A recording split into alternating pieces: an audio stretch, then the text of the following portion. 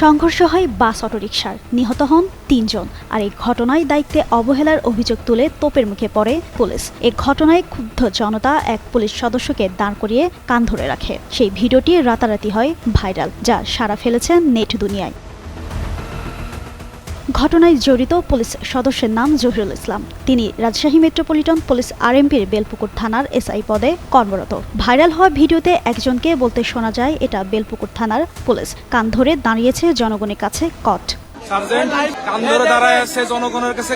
পুঠিয়ার পোল্লাপুকুর এলাকার রাজশাহী নাটোর মহাসড়কে ওই দিন বিকেলে বাস ও অটোরিকশার সংঘর্ষে রাজশাহী বরেন্দ্র বিশ্ববিদ্যালয়ের শিক্ষার্থী শান্ত ইসলাম নিহত হন। এছাড়া একজন নারী ও একজন পুরুষ নিহত হন। তাদের পরিচয় পাওয়া যায়নি। এ ঘটনায় আরও ৬ জন আহত হয়ে রামেক হাসপাতালে ৮ ও ৩১ নম্বর ওয়ার্ডে চিকিৎসাধীন।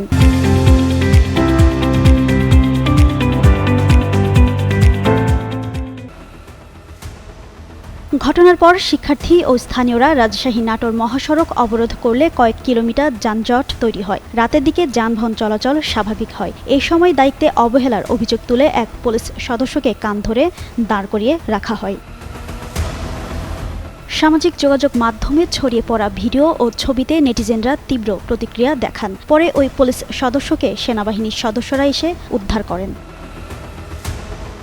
জিন্নাত আরা ঋতু, যুগান্ত নিউজ।